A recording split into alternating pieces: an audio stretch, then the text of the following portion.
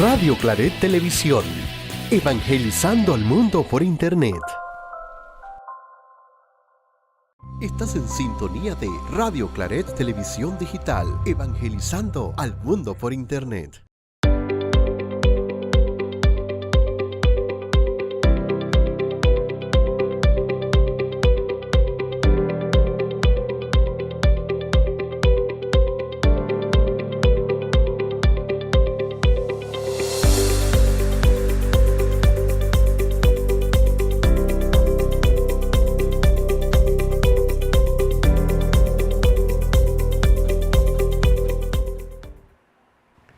Le damos la cordial bienvenida a todo el público que nos escucha en esta su frecuencia de Radio Claret TV. En esta oportunidad vamos a hablar dentro de la actualidad educativa, deporte, en este caso fútbol. Contamos con en esta oportunidad, tenemos nuestro invitado especial, el profesor Francisco Beck. Preséntese, Cómo no, mi estimado. Muchas gracias por la invitación. Muy contento de estar aquí en Radio Claret y vamos a compartir de algo que, bueno, es algo que le gusta a todo el mundo, el fútbol. Claro, hay varias cosas que vamos a ver dentro de lo que tiene que ver, lo que estamos viviendo en las actualidades y realidades de nuestro fútbol panameño. Y hay una serie de cosas dentro de nuestra evolución que es interesante. Y ustedes deben saber, o sea, a lo mejor no lo saben, algunos lo pueden saber, otros no, pero vamos a decirlo en este canal, que nuestro fútbol inicia desde 1920, en 1950. Existía una liga aquí, que no sé si le podemos llamar birrias locales, o birrias internas de cuando era la franja de las riberas del canal, ¿verdad? Que se llama Isthmian Football League, y que esa Isthmian Football League, Liga Nacional de Fútbol, se hacían en unas competencias regulares, y eso era interesante porque la gente piensa de que aquí no se jugaba fútbol. Desde el año 1920, 1950 ya se jugaba fútbol en la ribera del canal. ¿Qué piensa de esto, mi Bueno, estimado? el fútbol inicia en los puertos también, pues. Por supuesto. Inicia el juego con los marinos, los que vienen de afuera, los extranjeros, que traen el deporte que ellos conocen, que es el fútbol, y comienzan a jugarlo en los puertos. Y lógicamente, pues el panameño o la persona que estaban acá se van incorporando a ese nuevo deporte. Y sí, se podía decir que era una birria porque era para divertirse, sacar Claro. una pelota. Es como vemos a los chicos que arman sus porterías con los zapatos, con los conos. Y me imagino que en esa época era de la misma forma, pues encontrar una forma de divertirse después del trabajo o en medio del trabajo. Claro, claro, interesante. Viéndolo desde ese punto de vista ya como competición formal, ya se puede decir en los tiempos del Mundial de México 70, en los años 70 es que ya se empieza a formalizar como los aspectos de competición meramente en eliminatorias y también en lo que es el fútbol local, se empieza a organizar, ¿verdad? Sí, en los años 70, bueno, en los años 60, don José Beck, que era tío mío, él tuvo un poco de influencia en ese desarrollo de ese fútbol. En los años 60, pero en los 70 sí, ya comienzan a aparecer las ligas, ya comienzan a aparecer los equipos, ya empiezan ciertos jugadores a ser parte de una selección. Claro. Una selección que no es la selección que vemos ahora, es una selección de voluntarios, por así decirlo, que les gustaba el fútbol. Personas que se tenían que pagar sus propios transportes. Era como un fútbol aficionado, más bien, Sí, ¿no? sí, pero iban a representar al país dentro de un grupo, pero no existían patrocinadores, no existían salarios. Entonces era por amor al fútbol que todo ese grupo de jugadores pues participaban en este deporte y querían la camiseta. Pero ya empiezan después de eso, como es el fútbol aficionado, en los barrios, también me imagino que también había como esa hegemonía, pero era como birria. Sí, pero todo tiene un principio. Poco a poco eso se va moldeando y todo eso poco a poco va evolucionando.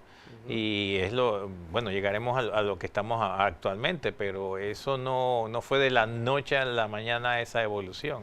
Claro, ya en el año 93, 95, donde ya empiezan a agarrar la Comisión Nacional de Fútbol No Aficionado, COFUNA, y posteriormente que se convertiría en la Liga Nacional de Fútbol No Aficionado, LINFUNA, donde entonces después, reconocida por la FIFA, para después entonces ser lo que conocíamos como ANAPROF, para que la gente vaya conociendo. Es que hubo un momento que hubo dos ligas, LINFUNA y ANAPROF, paralelas.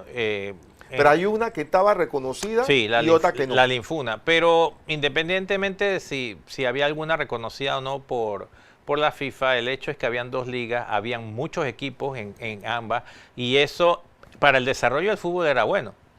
¿Ves? Después ya hubo la unificación y los equipos, por ejemplo, Árabe Unido era de la LINFUNA. Por supuesto. ¿Ves? El Tauro era de la ANAPROF. Entonces se mezclan los grandes, o sea, todos los equipos de ambas ligas y se unifican. Yo tenía un favorito que era el Eurokickers. Ah, bueno, sí. Y mira, ¿te acuerdas del Eurokicker? Que decía la maquinaria europea. Sí, sí, no, buena. Y bueno, esas son las bases nuestras. Esa es una realidad. De repente hay muchos jóvenes que no la conocen, pero es nuestra base y para que la juventud sepa cómo nació nuestro fútbol, ¿no? Y eso es parte importante. Entonces, ya pasados los años de lo que estamos hablando de la ANAPROF, entonces empezaron a surgir todos esos aspectos del desarrollo de la sub-20, sub-17, sub-20, y empezaron esa hegemonía, inclusive hasta la selección Nueva York, pero apoyado casualmente por el asunto acá de lo que viene siendo la ANAPROF en ese momento. Sí, es que llegó un momento en que la ANAPROF logró tener mucho éxito, se llenaban los estadios, incluso hasta llegó un momento en que hasta rifaron un carro. Por supuesto. Para los jugadores. Entonces, por supuesto. Llegaron a crear algo interesante. O sea, es parte de nuestra evolución de llenar el estadio, llenar el Rommel Fernández. O sea, el Rommel Fernández no se vino a llenar ahora, en los últimos 5 años. Claro. Ya tenía un proceso. Claro, y hay una cosa que tenemos que hablar del aficionado. El aficionado fue evolucionando al igual como nuestra selección. Y antes de repente decíamos y que bueno, cuando venía a México y El Salvador nos goleaba a nosotros y nos goleaban también el Honduras, ese era otro que nos goleaba, Costa Rica también. Claro. Y cuando tú veías que se iban acortando las brechas y ya nos ganaban de repente con diferencia de un gol, ya la gente acá celebraba y que oye, porque ese era como un triunfo de alguna otra forma, porque ya no les eran tan fáciles se acortaron las distancias. Sí, cómo no. Y tiene que ver mucho ese acortamiento no solamente con el desarrollo del fútbol en la cancha o vamos a decir mejorar los futbolistas, viene la parte de las influencias del fútbol nuestro. O sea, acuérdate que en un momento que Colombia era el sitio de exportación o algunos jugadores iban al extranjero, pero Colombia era un lugar atractivo para ir. El futbolista que iba allá mejoraba. Claro. Tenía que mejorar, regresaba acá y traía cosas nuevas y claro, eso lo inspiraba y eso le hacía influencia a sus compañeros del equipo acá.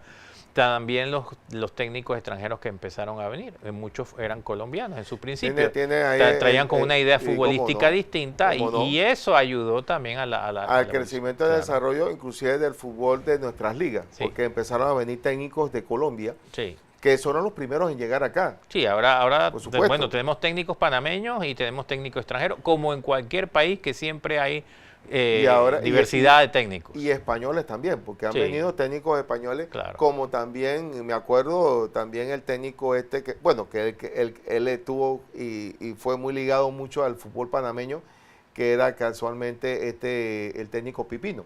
Sí. También tuvimos argentino. Y también tuvimos al profesor Mancilla. Por supuesto, el profesor Mancilla, uruguayo. Sí. Y Sir Gary Stempel, que a pesar de que su acento es inglés, obviamente con el fútbol inglés. Entonces ahí hubieron muchas influencias, muchas mezclas de esa de los estilos de fútbol, y eso creo que ayudó mucho en nuestra evolución. Claro, entonces ya los partidos que teníamos ya no eran derrotas, ya venían los empates contra equipos grandes de Centroamérica. Nunca se me olvida una vez que los ticos se pusieron bravos. Claro, nos golearon cuando vinieron a Rommel Fernández, pero le empatamos un juego en el mismo estadio de ellos, y casual fue un golazo casualmente de René Mendieta. Sí. Ya ahí fue como para ellos fue un abrupto. Y en su propio estadio. Sobresalto. Sí. Pero ya. La mundialista de ese entonces estamos hablando. Ya ahí se marca un inicio de que algo diferente iba a empezar con la selección panameña.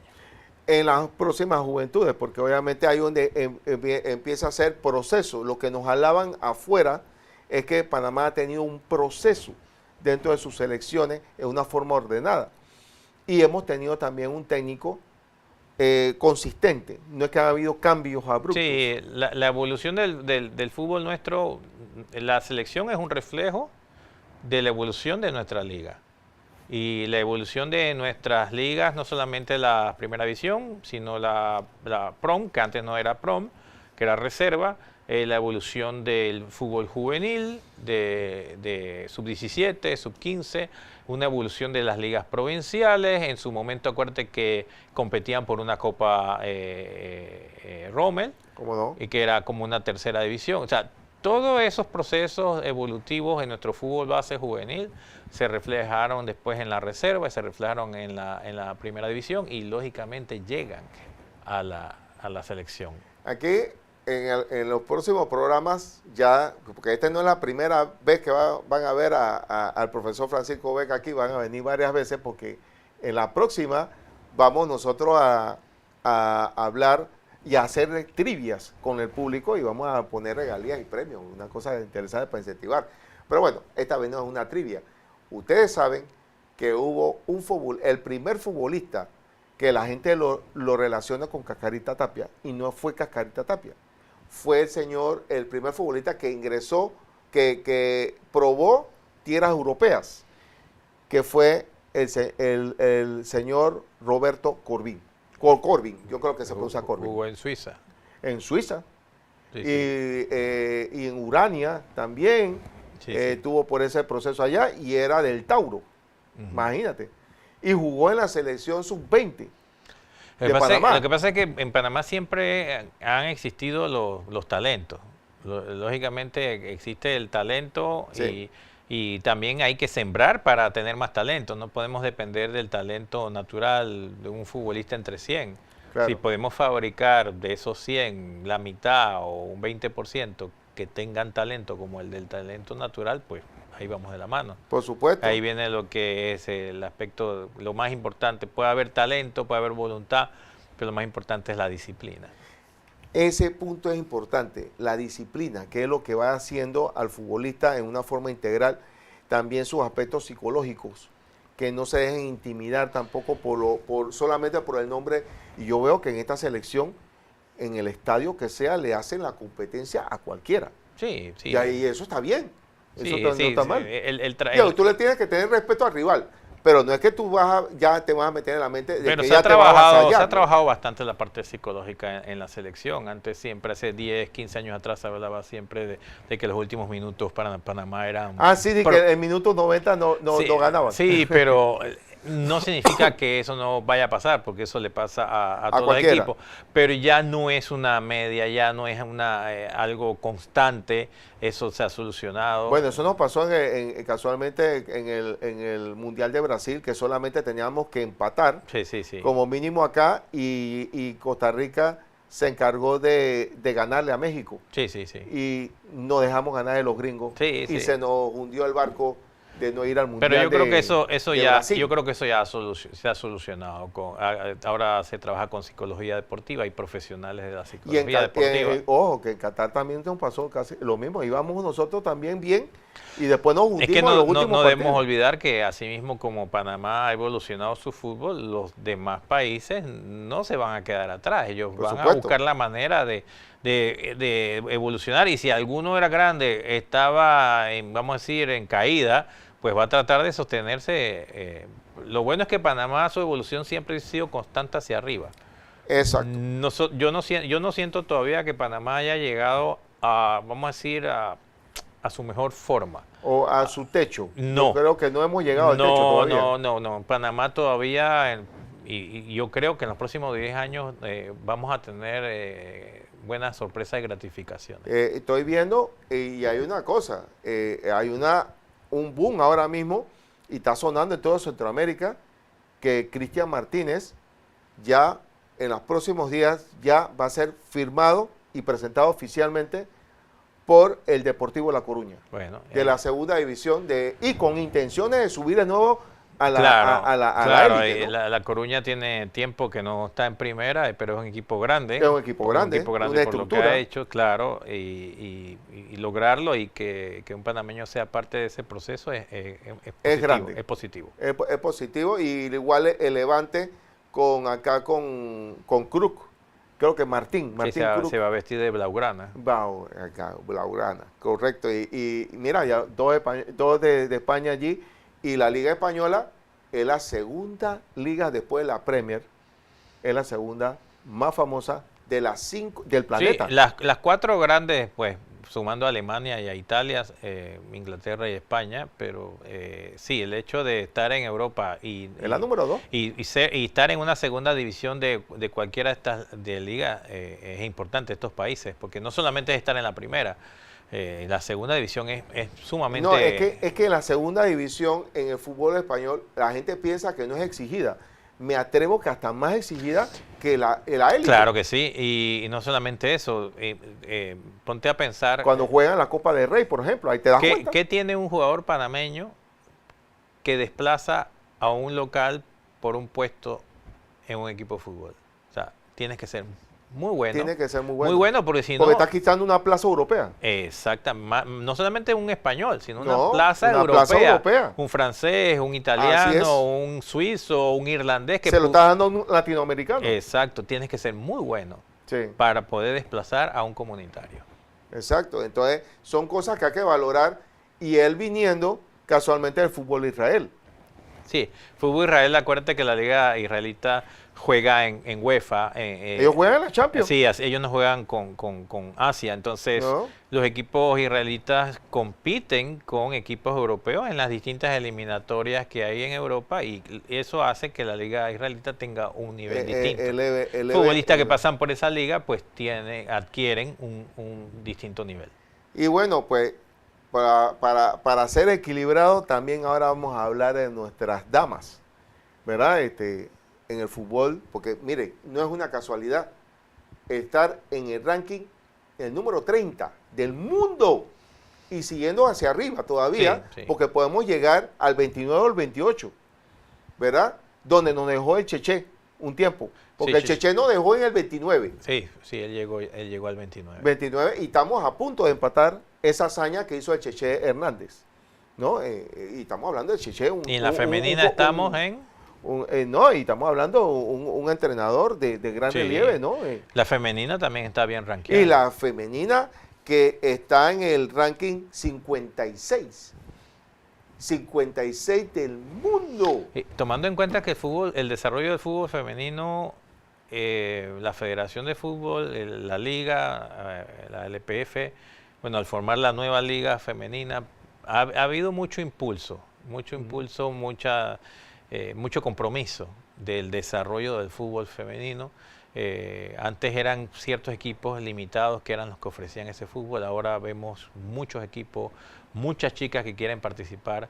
Hay un proceso de las menores que yo veo que se van haciendo, Es que y hay unas sí. ligas que se han hecho para que también las niñas que vienen de los colegios entren en esas ligas. Es que antes También organizado. teníamos era un aspecto cultural, Sí. en donde las chicas que les gustaba el fútbol se metían al fútbol tarde, después de Exacto. 15 años, y entonces carecían de ciertos aspectos que únicamente se entrenan, ponte, entre los 8 y los 12 hay ciertas variables que se entrenan en el fútbol, que no las puedes entrenar después de los 15.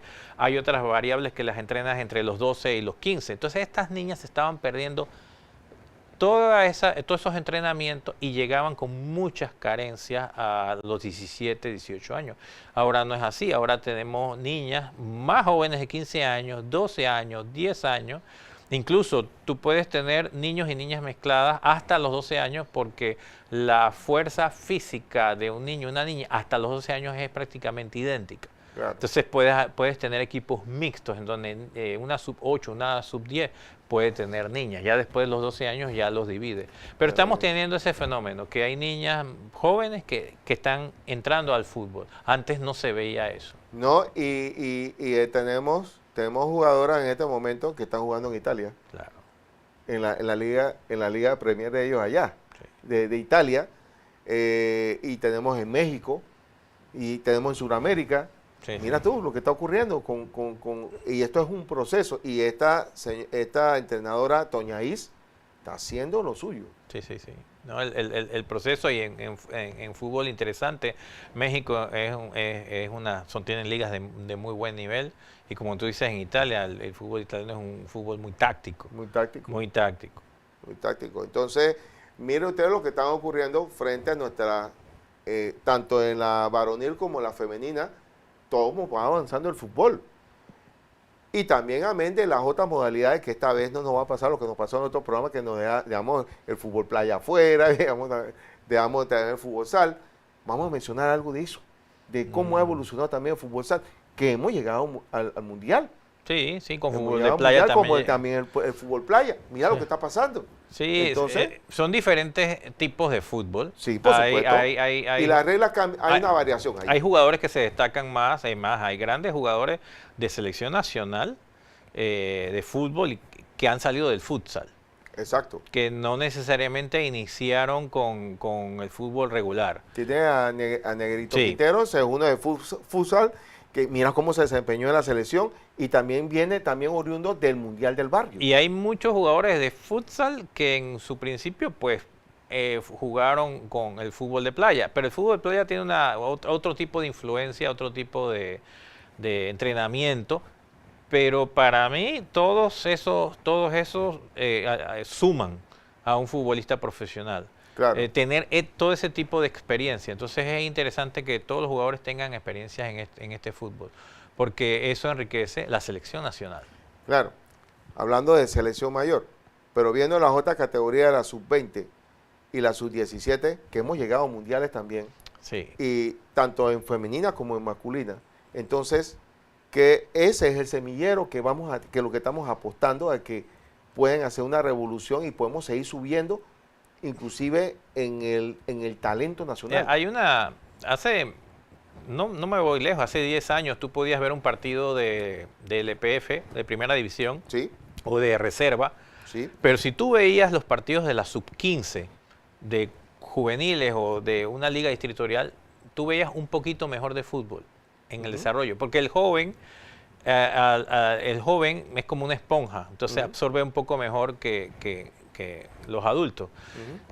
Y el fútbol juvenil siempre demostró tener un mejor fútbol. Lo vemos hoy en día. O sea, el fútbol del EPF hoy en día no es el mismo de hace 10 años atrás.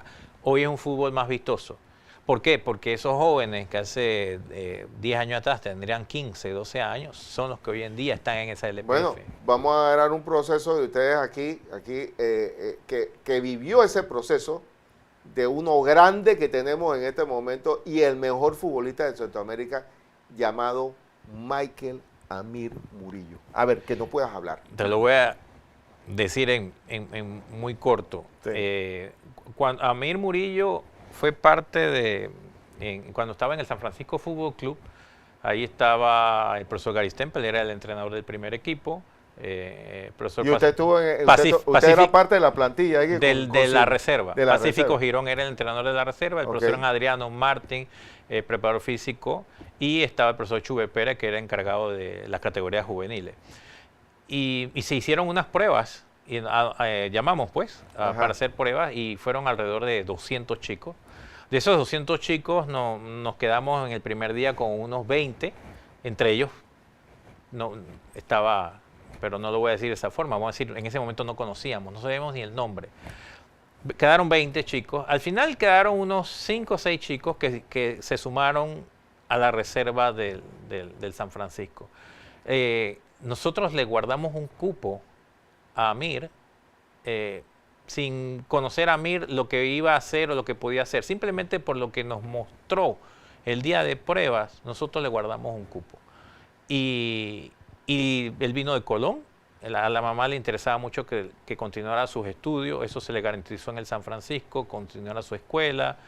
Y algo que tiene Amir es una base familiar fuerte, la unión con su mamá y valores, era un muchacho de valores. Entonces, un jugador de fútbol no solamente tiene que ser bueno dentro de la cancha, sino también afuera. Claro. Tiene en los dos lados. Si no eres bueno afuera, no vas a funcionar adentro. Y lo demás es historia. Él se ganó su puesto en la reserva con 16 años. Después de eso, el profesor Gary lo comenzó, cuando ya creció, a subirlo al primer equipo. Pipino lo llamó a la sub-20, ahí empezó a aparecer en la sub-20. Él jugó en el equipo que estuvo en Canadá. El del San Francisco, él pasa al New York Red Bull. Sí, no, pero en el equipo que jugó en Canadá, en el Mundial, en la sub-20. Sí. Y poco a poco él fue escalando y el profesor Bolillo después lo llama a la selección. Mira tú. Sí. Y bueno, el del San Francisco pasa al Red Bull y lógicamente en el Red Bull el proceso de él mejora para poder fichar por un Anderlecht, que es uno de los mejores equipos de Bélgica, pues el trabajo que se hizo en el Red Bull y bueno, y ahora en el Olympique de Marsella. Y todavía sigue allá. Yo me acuerdo... Y hay bochinches por allí de pasillo de que lo más probable el Aston Villa de Inglaterra se lo lleve.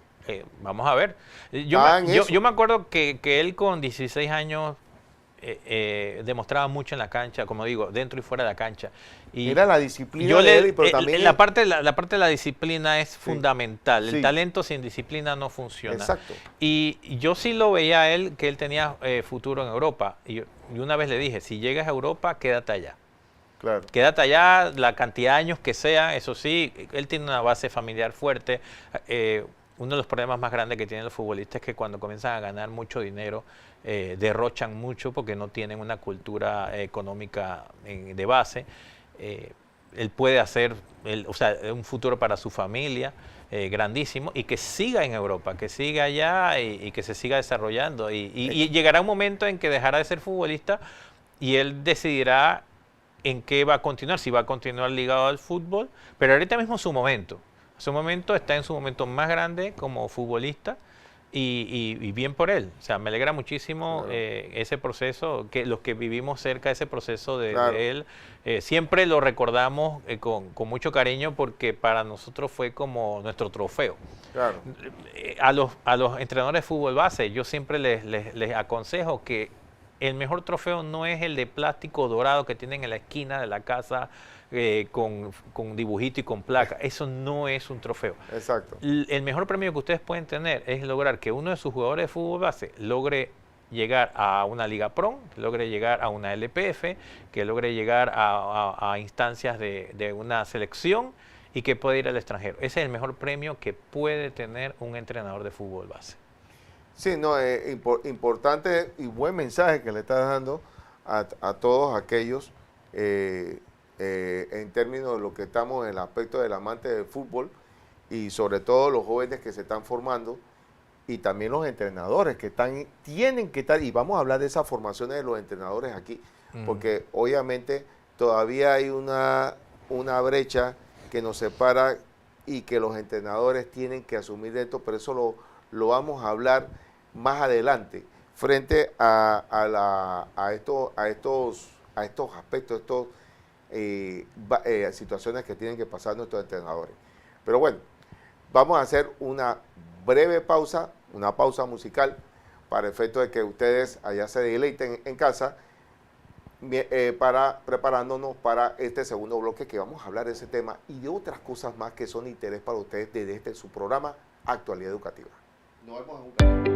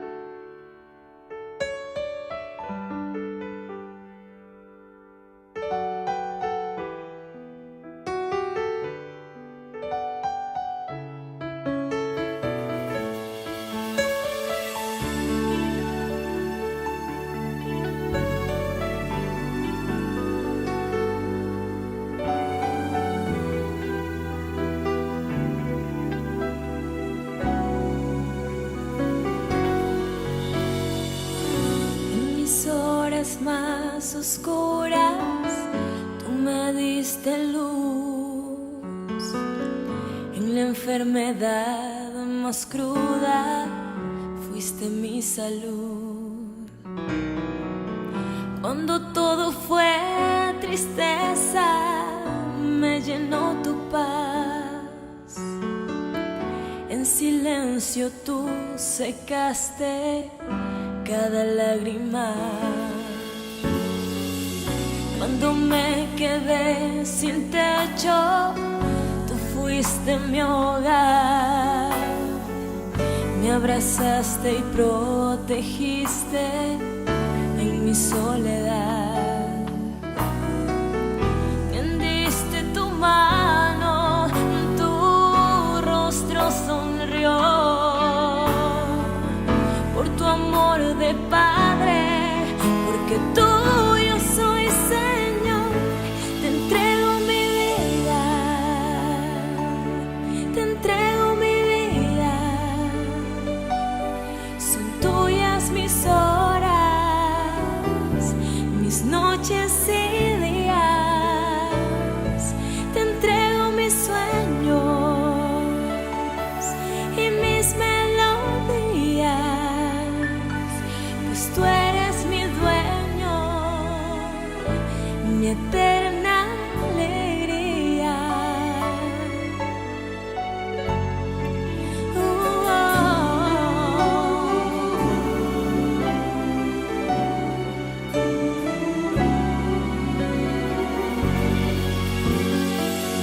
Eres toda mi riqueza, toda mi razón,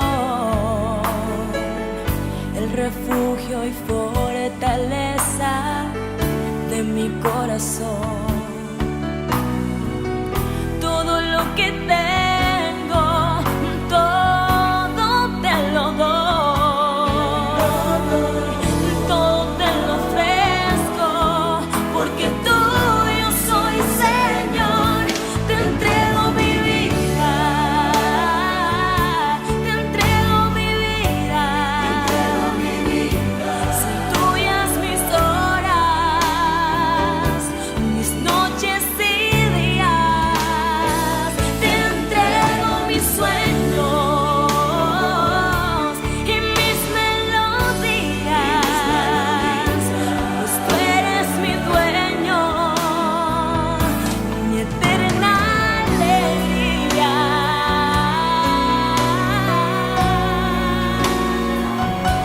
mi eterna alegría.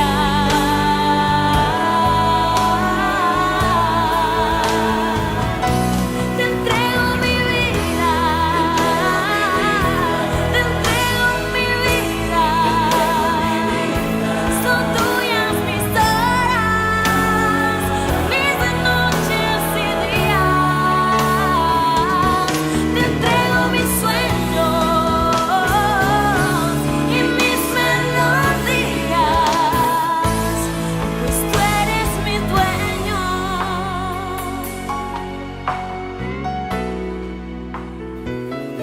mi eterna alegría.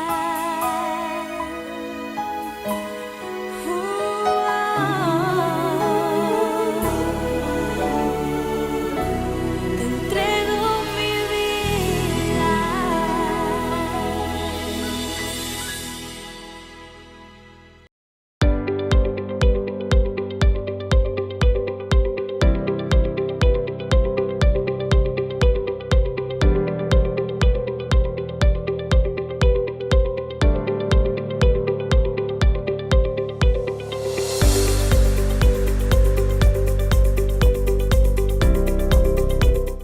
Retornamos nuevamente frente a estas actualidades y realidades de nuestro fútbol y evolución de nuestro fútbol panameño, acá con el profesor Francisco Beck, que estábamos analizando estos análisis, que íbamos para la parte de la formación de los entrenadores, pero queremos ver cómo están primero nuestras ligas de primera y segunda división, cómo están esos aspectos de cláusulas contractuales, de esa parte con los clubes internacionales, etcétera, que nos puedas hablar un poco de eso, porque se está dando mucho eso en los periodos de de transferencia, del mercado de transferencia de clubes de aquí hacia clubes internacionales, pero antes de eso, ver cómo anda nuestra primera y nuestra segunda división aquí en el fútbol panameño. Bueno, la liga nuestra ha tenido su evolución, tú sabes que está dividida en dos grupos. Sí. La intención de esa división de esos dos grupos es el énfasis, un grupo es del interior del país, tratar de que los 12 equipos que existan no sean todos de la capital, y por eso es que existe esa división. Y eso es importante la proyección del desarrollo a nivel nacional. La Liga PRON, que es la que era anteriormente la reserva, es Liga PRON. Anteriormente la reserva era exclusiva como un segundo equipo de los primeros equipos de primera. Ahora en la Liga PRON no solamente están el segundo equipo de los grandes, pero también hay equipos que son independientes, que juegan en esa Liga PRON, y está dividida en grupos. Lo hace más competitiva para mí, porque ya no solamente un chico de 19 años va a competir con otro chico de 19 años, sino que va a competir con equipos que tienen ya jugadores maduros que de repente no están en la primera división, pero todavía tienen el nivel para jugar una segunda, jugadores veteranos de 25, 30 años, 35 años, que esa experiencia es un aporte para los juveniles. Entonces, yo creo que la Liga, la LPF y la PRON van por buen camino. Y creo, y para mí, que lo he visto en los últimos 10 años, la transformación, el fútbol que vemos hoy en día en Liga PRON y LPF es mejor que el que veíamos hace 10 años atrás. No podemos, y yo creo que hay mucha gente se equivoca al comparar nuestra liga con ligas europeas de primera división de élite. No podemos comparar ese fútbol. Nosotros tenemos que tener los pies sobre la tierra y compararlo con las demás ligas que tenemos en nuestro alrededor. ¿Qué nos haría falta para por lo menos estar en una liga competitiva y vamos a inscritarnos en Centroamérica? Porque nos dicen a nosotros, los hondureños, los salvadoreños, los costarricenses de Centroamérica, que nosotros no tenemos una liga competitiva. Entonces, ¿por qué no somos competitivos? Yo creo medio extraño. Yo creo que porque no es que no sea competitiva. Sí. El nivel de fútbol en la cancha es tan bueno como la liga hondureña, salvadoreña o tica. La diferencia pudiera ser en el público en los estadios. Puede ser porque Panamá es un país diversificado en deportes. Sí. El béisbol es un deporte que se llena estadios. Tenemos otras modalidades deportivas, cosa que no ocurre en los países centroamericanos. Costa Rica, Salvador, Honduras, Guatemala, su deporte es el fútbol. El público va a ver fútbol, nada más fútbol. Y bueno, eso pasa con otros países. Yo creo que el nivel en cancha no es diferente al de esas ligas. Puede ser el público, la atracción del público a ver el espectáculo. Y ahí es donde creo que viene trabajando la federación, viene trabajando la liga, de tratar de poco a poco llenar más el estadio. Siempre vemos que en la instancia final, en los cuartos de final, semifinales y final, comienza a llenarse los estadios. Tú lo ves que se llena. Tenemos una final en Roma grandísima. Debemos empezar, y se está trabajando en que los partidos regulares de la liga traten de llenarse. Pero porque el espectáculo está ahí, el fútbol está ahí, el fútbol panameño es bueno. Y yo creo que los que estamos metidos en el fútbol lo sabemos. Tal vez las personas que son ajenas o por lo menos que aprecian otros deportes, invitarlos a que vayan a ver el fútbol panameño. Porque el nivel en cancha, te digo, no es distinto al nivel que hay en Costa Rica. Exacto. Y yo lo que creo que una de las cosas es que no debemos menospreciar nuestro fútbol, nuestros avances. Claro, nos hacen falta cosas, sí, pero seguimos avanzando porque ese es parte del proceso. Ahora, lo que no debemos tampoco es inflar tampoco demasiado, y eso lo hemos hablado entre los bastidores, y quisiera que hablaras de esa parte. Bueno, la parte del fútbol de selección, más que nada, cuando tú hablas de inflar, es de la selección. La selección. La selección ha tenido un proceso evolutivo y lógicamente lo vemos en el ranking de FIFA, Sí. lo vemos en los últimos partidos que Panamá ha tenido con Costa Rica, constantemente, que Costa Rica no gana. Pero ojo, que Costa Rica estaba volviendo a su Sí, nivel. claro.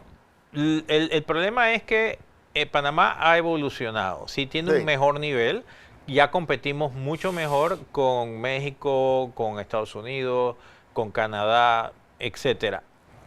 El problema es que algunos colegas suyos, periodistas o comentaristas, se exceden, y lo voy a decir tal cual, puede ser por ignorancia de conocimiento de fútbol, y quieren poner a Panamá en un pedestal que no le corresponde. Entonces inflan una idea y tienen una cantidad de seguidores, de gente, de público, que cree en lo que dice, que Panamá es el número 1 en Centroamérica, Panamá es lo mejor, y a Panamá Y se lo creen. le va a pasar por encima a México. Entonces, cuando suceden cosas como Eh. el empate con Honduras y que no fuimos Sí. a penales y que no pudimos pasar, Que no fue que una es que casualidad no- porque Honduras venía Claro. subiendo su nivel. claro, es Sí. que esa es nuestra realidad, es que estamos compitiendo con equipos que ya estaban altos Sí. y nosotros los hemos alcanzado.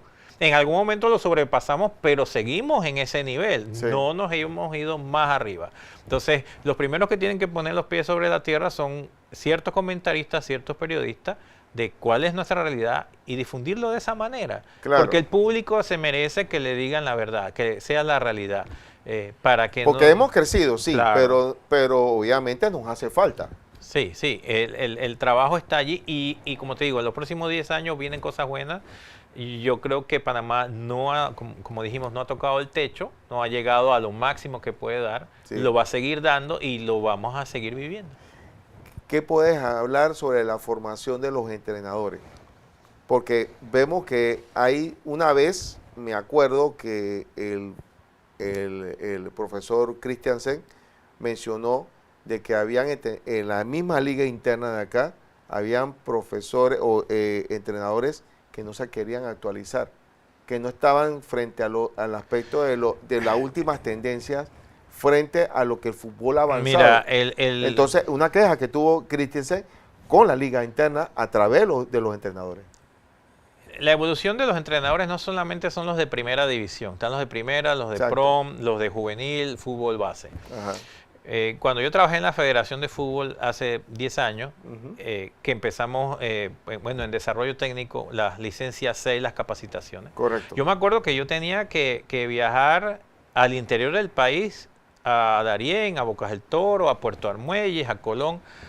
Yo era parte de un grupo de entrenadores que éramos de licencia A, pero dábamos capacitación para los de licencia C. Y eran capacitaciones de 3 días. En 3 días tú no le puedes enseñar a un entrenador, pero era lo que teníamos en ese entonces. Claro. Hoy en día tú te encuentras con que hay licencia A, B, C, D, hay Pro también. Hay capacitación, la federación tiene una alianza con una escuela de entrenadores de España y existe la plataforma en donde los entrenadores pueden acceder y tener nueva información. Y esa es la idea, que tú no puedes tener una liga en donde tú tengas solamente a un entrenador que sabe y tenga el conocimiento y que los otros 9 entrenadores no tengan el conocimiento. Entonces la federación pues ha hecho ese trabajo y ahí está la plataforma. Lógicamente hay entrenadores que les gusta estudiar, otros no, pero el que estudia y aplica en cancha lo que está estudiando es el que va a mejorar. Ajá. Ahí aparecen algunos comentarios. Vamos a ponerlos acá en mente. Una pregunta. A ver.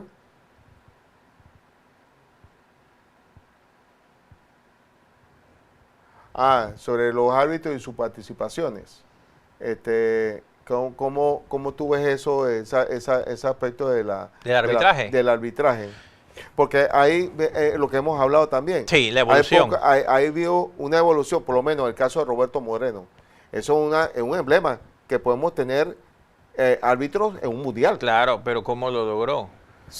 Exactamente. ¿Cómo lo- El aspecto. él Y lo- una vez lo entrevistaron y él le decía, ¿cómo tú lograste eso?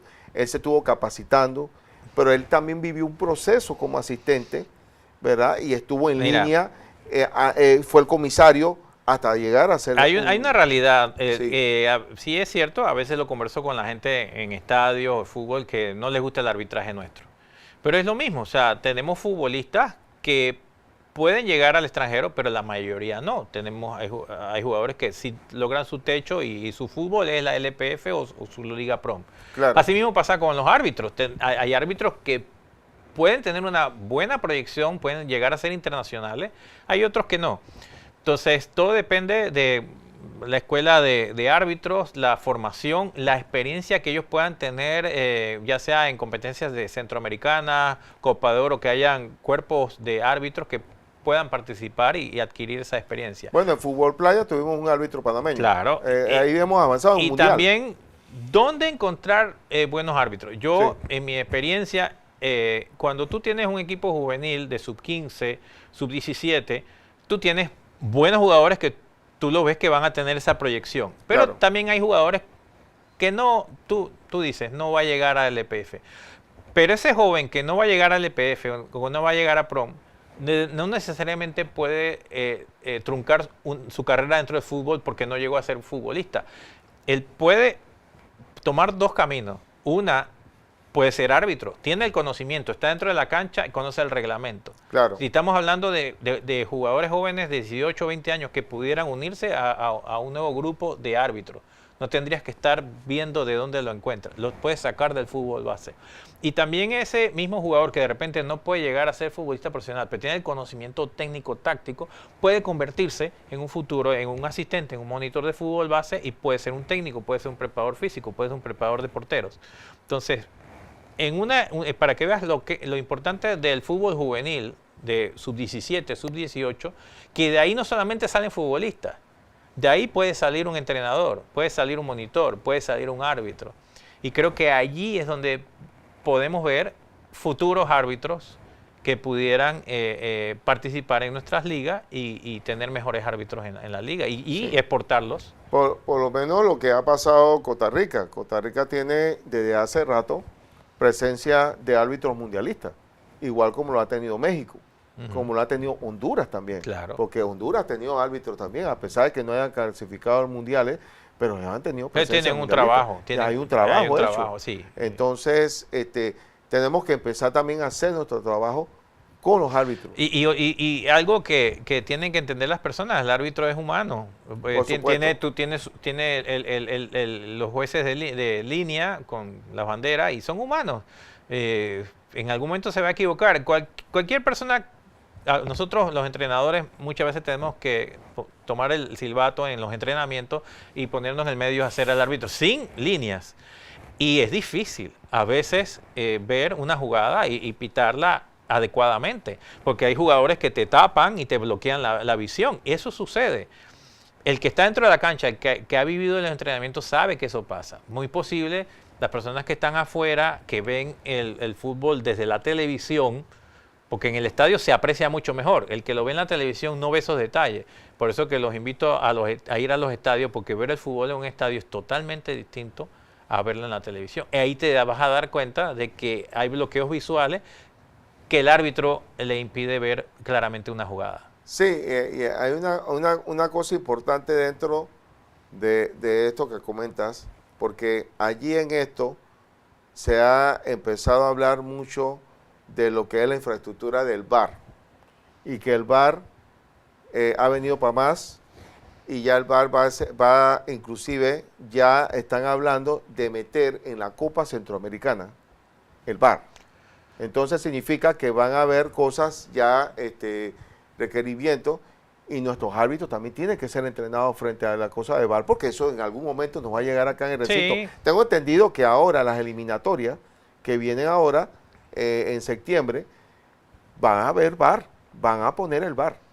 Está diciendo la FIFA. El VAR tiene sus cosas buenas y de Sí. repente, tal vez para el romanticismo del fútbol, es una tecnología que corta un poco con la dinámica del fútbol, pero sí tiene sus cosas buenas. Y es cierto, los futuros árbitros se tienen que capacitar no solamente en cancha, también, porque son árbitros los que están detrás de los monitores que están revisando esas jugadas. Claro. Son árbitros, no son ni comentaristas ni futbolistas, son personas que estudian para eso, que estudian para especializarse. Y es cierto, tenemos que, dentro del arbitraje nuevo, tienen que introducirles al Y VAR. eso significa que hay que adiestrar, hay que capacitar, hay que capacitarlos para que ellos vayan teniendo, y inclusive que vayan y tengan esa experiencia, aunque sean de observadores, que vayan viendo, porque por algo se comienza. Sí, claro. Porque no, vayan, observen cómo es la experiencia estos árbitros mundialistas que han ido de nuestra frontera y tengan esa experiencia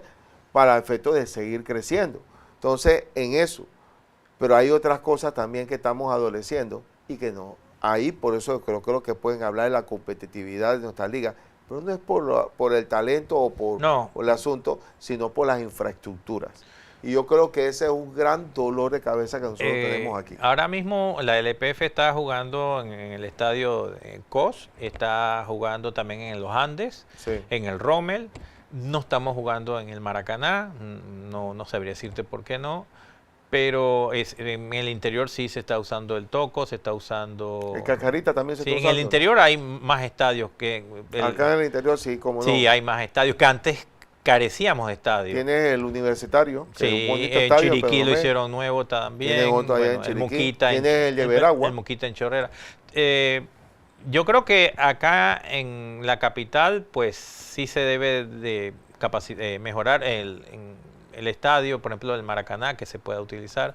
Pero ¿qué es lo que está pasando en el Maracaná? Que No un sé. estadio es una Sí. cosa que yo creo, y lo decimos muy respetuosamente ante las autoridades, es que vayan y revisen, por lo menos de Pandeporte, de que puedan revisar qué es lo que está pasando con el Maracaná y cómo se puede rehabilitar ese estadio, porque ahí se hacía la Liga 10. Ese era el hogar de la Sí, Liga sí. 10 que se hacía allí, y se hacían también las ligas acá con el No, Chorrillo y el Fútbol Club, EPF, y otro, me imagino, y el Plaza también. Amador, el Plaza Amador se tiene que desplazar a un estadio lejos de su zona. Sí, porque la zona del Plaza Amador es Sí. esa, casualmente. Pero bueno, la Liga Prom sí usa el Cascarita y usa otros estadios, usa el del Arte y Oficio. O sea, Claro. la Liga Prom sí usa otros estadios distintos. La infraestructura hay que mejorarla, lógicamente. Claro. Usamos canchas sintéticas. Algunas personas piden a gritos que necesitamos más canchas naturales, como en Honduras, Salvador, Costa Rica. Pero la realidad económica es que mantener una cancha natural tipo Rommel Fernández es Eso más, cuesta. es más costoso que una sintética. A mí, o sea, si me preguntas, yo quiero gramas natural. Los equipos tienen menos lesiones en grama Eso es lo que te iba a natural decir, las que lesiones. en la grama artificial. Sí. De Sí. repente mejorar, hay gramas que son semi-sintéticas, que tienen mezcla de natural con... Eso en algunos países en Europa se hace, que es una grama mezclada. Pudiera ser aquí también. Claro. Mejorar eso, pero yo creo que eso va también en apoyo. Es como los pilares de un equipo de fútbol. Un equipo de fútbol necesita el patrocinio, necesita vender sus mercancías y necesita boletería, se necesita el público. Para tener esos aportes económicos para crecer, no puede depender exclusivamente del patrocinio. Entonces el público tiene que apoyar Claro. esos partidos con la realidad que tenemos para que en un futuro tengamos una realidad mejor. Claro. Bueno, dice, lastimosamente lo bueno siempre se va como tomar agua. ¿Te estás dando cuenta? De tanto de que habla de fútbol, pero esto les prometo que va a haber segunda parte, porque vamos a hablar de otros elementos que son importantes de nuestro fútbol para seguirnos desarrollando como lo estamos haciendo. Vamos en buen camino, pero tenemos nosotros que ser un poco pacientes, porque ese crecimiento no es de la noche a la mañana. No. Hay un proceso, como lo acabas de decir. Sí, Conclusiones finales, mi estimado. No, amigo. es un proceso que hay que apoyar. El apoyo nuestro es ir a los estadios, ver los partidos. Ese es el apoyo que el público puede hacer. La federación tiene su trabajo, mejorar entrenadores, mejorar la liga. Pandeporte tiene su trabajo, intentar mejorar la infraestructura. Y bueno, y los medios de comunicación tienen su trabajo, que es la divulgación de eso. Creo que si vamos todos juntos. Yo te digo, en 10 años, en Sí. los próximos 10, 15 años, Panamá va a tener buenas sorpresas. Podemos porque convertirnos- vamos en un proceso evolutivo ascendente. Podemos ser, entonces ahí sí, en 10 años yo creo que podemos ser el gigante.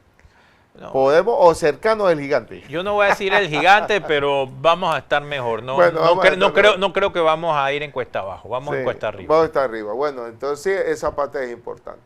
Bueno, agradeciéndole su sintonía en este programa, ¿verdad?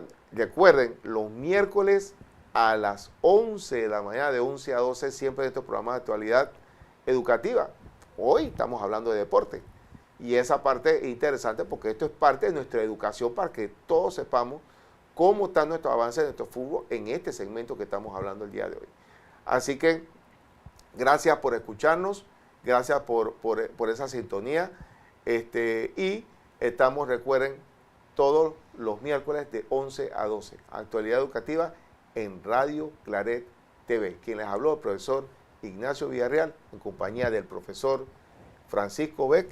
Muchas gracias, No, gracias, estimado profesor. Muchas gracias por la invitación. Cómo no, y vamos a traerlo nuevamente por acá porque vamos a seguir hablando de estos temas de fútbol, porque sí es importante que nos sigamos culturalizando frente a nuestros avances en nuestro deporte.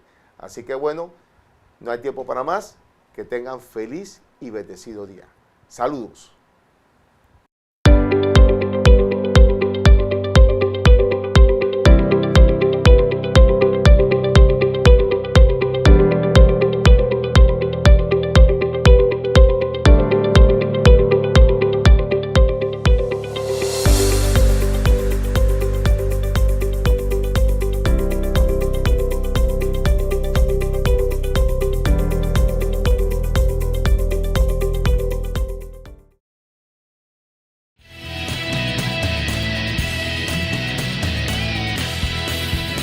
Radio Claret Televisión, evangelizando al mundo por Internet. Estás en sintonía de Radio Claret Televisión Digital, evangelizando al mundo por Internet.